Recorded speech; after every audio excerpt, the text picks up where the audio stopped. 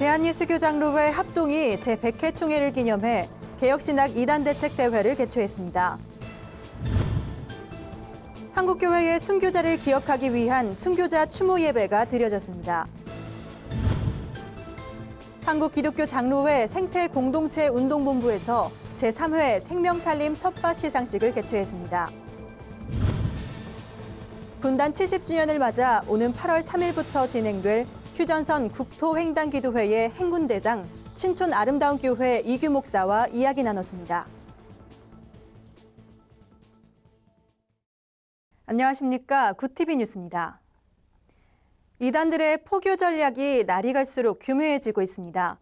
이단은 기독교 복음을 왜곡하고 한국교회와 성도들에게 큰 피해를 입히고 있는데요.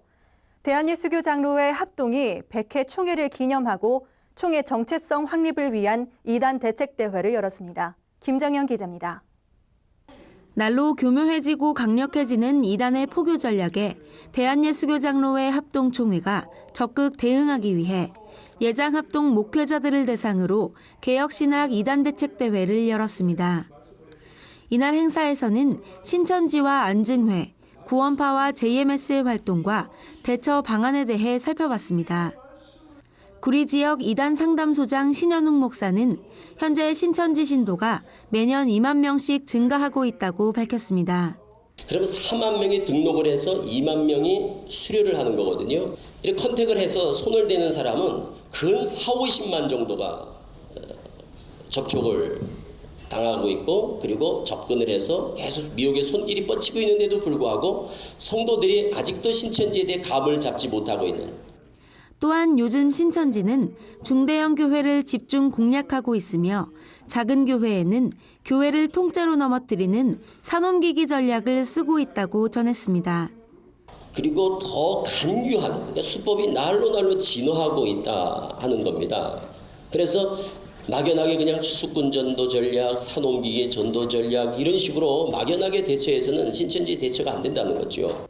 신현웅 목사는 신천지의 포교 전략은 갈수록 교묘해지고 있지만 한국교회와 성도들은 여전히 교회 아닌 곳에서 성경 공부를 하면 안 된다는 식의 원론적 경계심과 두려움만 있을 뿐 실질적으로 식별할 수 있는 구체적 근거나 지식이 없다고 지적했습니다. 신천지를 금방 눈치챌 수 있는, 그러니까 신천지를 걸러낼 수 있는 이런 자료들이 또는 정보들이 너무너무 많은데도 불구하고 늘 단에서는 신천지 조심하자, 또 빠지면 안 된다, 너 신천지 교회 밖에서 성경 공부 시키니까 교회 밖에서 성경 공부 안 된다, 이런 내용만 말씀을 계속 하시는 것 같아요. 이날 행사에서는 개혁신학 2단 대책대회 선언문도 발표됐습니다. 선언문에는 주요 2단에 대한 총회와 노회, 교회적 대책 전략이 담겨 있습니다. 굿TV 뉴스 김정현입니다. 한국교회 순교자 기념사업회가 순교자들이 지녔던 화해와 평화의 정신을 주제로 올해 첫 순교자 추모 예배를 드렸습니다. 주기철, 손양원 목사 등 한국교회의 대표적 순교자들이 추구했던 평화와 화해의 모습을 되새기는 자리였습니다. 홍희연 기자의 보도입니다. 한국교회의 대표적 순교자로는 일제강점기 신사참배에 항거하며 목숨을 바친 주기철 목사, 나병 환자들의 아버지 손양원 목사가 있습니다. 이들은 모두 암울한 시대 속에서도 굳건히 말씀을 붙들고 살아간 진정한 목회자로 알려졌습니다. 자신의 두 아들을 죽인 원수를 양아들로 삼았던 손양원 목사의 일화는 비기독인들에게도 널리 알려진 용서와 화해의 대표적 사례입니다. 손양원 목사는 하나님과 사람과 사람 간의 평화를 추구했던 목회자였습니다. 여수 사건 당시 손양원 목사님은 부산에서 부흥 집회를 인도하고 있었습니다. 두 아들 죽음 소식을 접한 그는 비통한 가운데 며칠 보내고 안장을 되찾습니다. 하나님의 사랑을 실천하기로 작정한 그는 두 아들 죽인 자를 양자로 삼기로 결심합니다. 손양원 목사가 가해자를 구출하고 양자를 삼은 것은 두 아들이 순교냐 아니냐는 논쟁과 상관없이 용서를 실천한 것입니다. 주기철 목사, 손양원 목사는 특히 평화의 정신을 몸소 실천했습니다. 일제강점, 남북 대립이라는 환경에서도 끝까지 예수의 정신을 잃지 않고 전파한 겁니다. 안산제일교회 고훈 목사는 겉과 속이 일치된 마음이 곧 진정한 신앙이라며 두 얼굴을 가진 오늘날의 신앙 정신을 비판했습니다.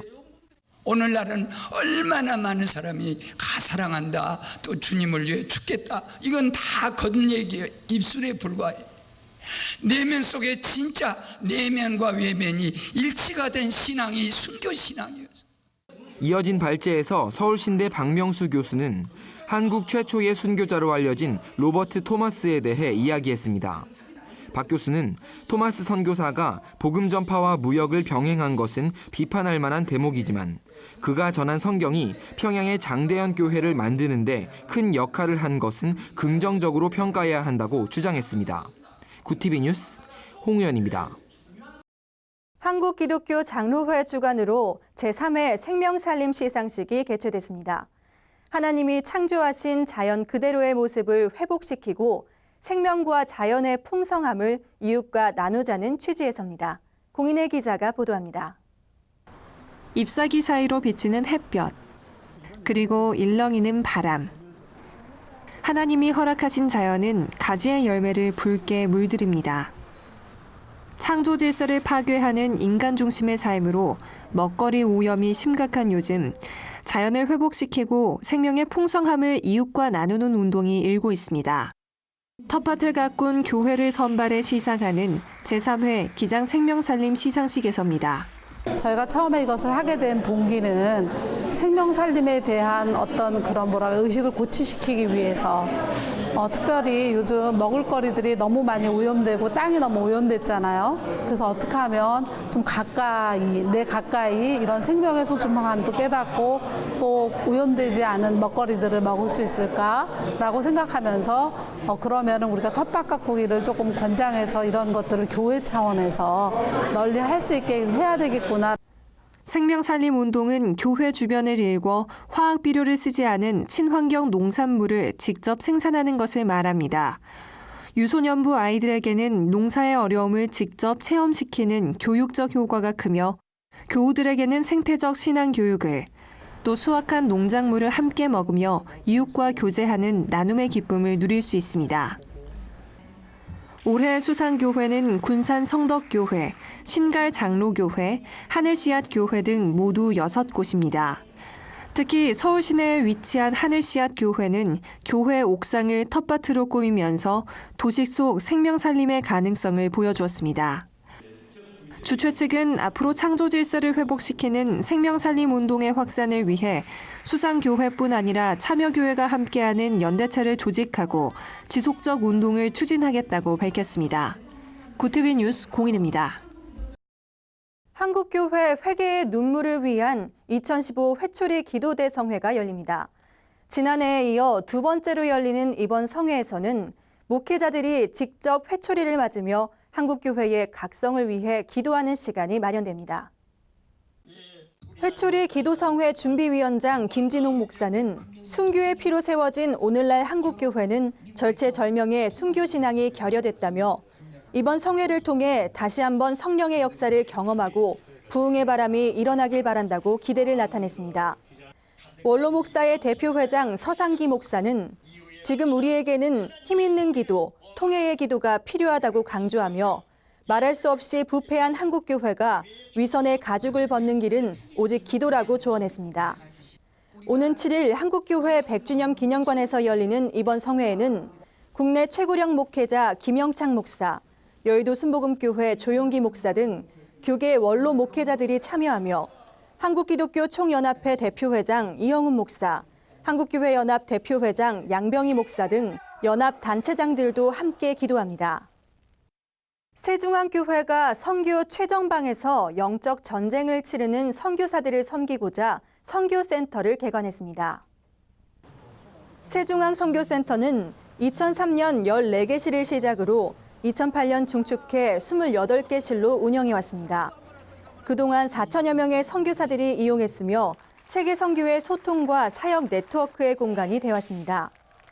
이번에 신축한 선교센터에는 64개의 객실과 의료 선교실, 힐링센터, 카페, 하늘공원 등 쾌적한 시설이 마련됐습니다.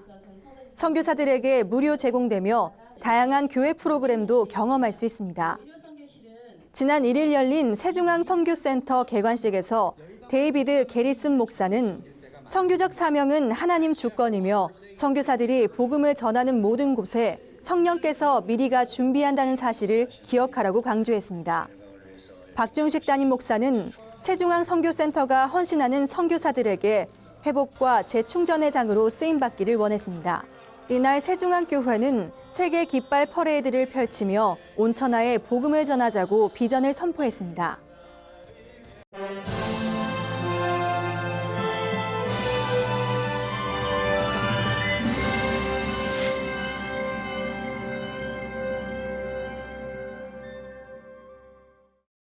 오는 8월 3일부터 12박 13일간 청년들은 고성 통일전망대에서 서울까지 국토횡단을 하며 분단 70년 회개합니다. 이 땅을 고쳐주소서라는 주제로 기도회를 갖게 됩니다.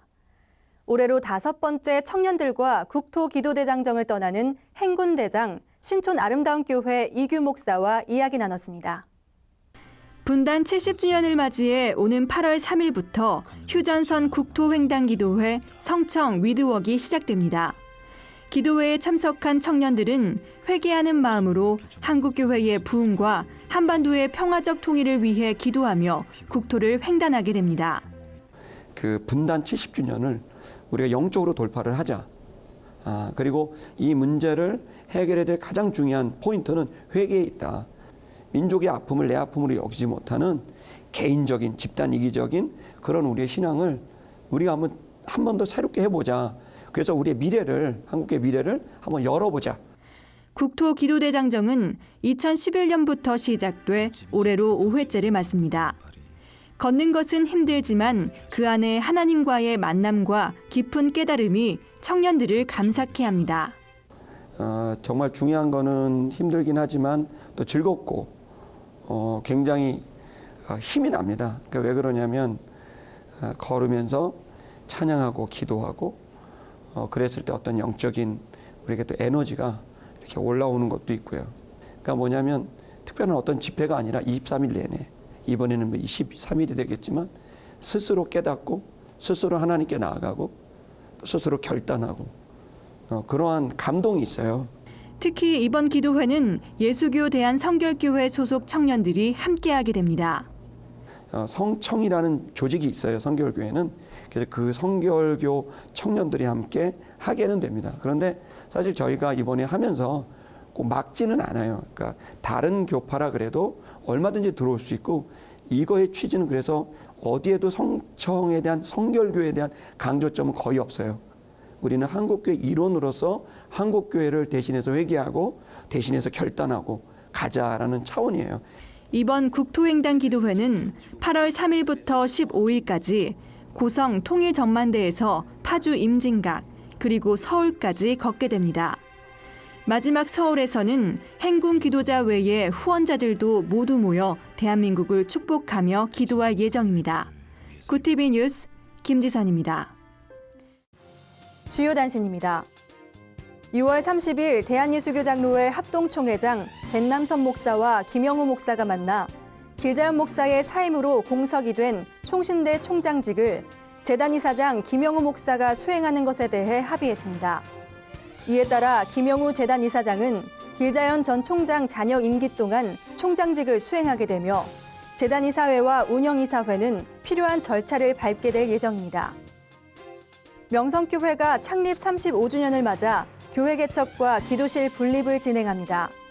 교회는 기존 경기도 분당과 서울 목동 등에서 운영하던 기도실 3곳을 정식 교회로 분립하고 경기도 일산을 비롯한 4개 지역에 교회를 개척할 예정입니다.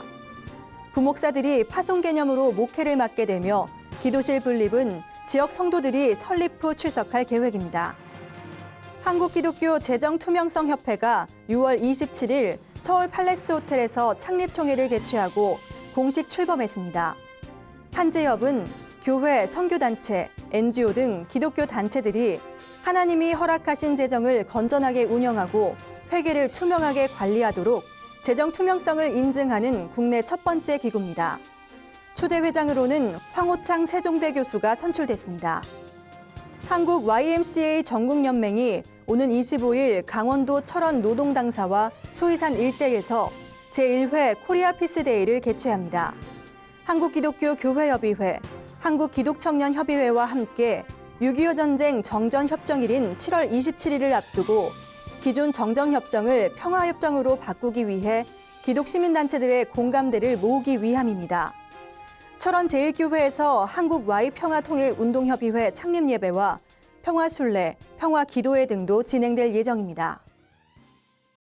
이상으로 굿TV 뉴스를 마칩니다. 시청해주셔서 감사합니다.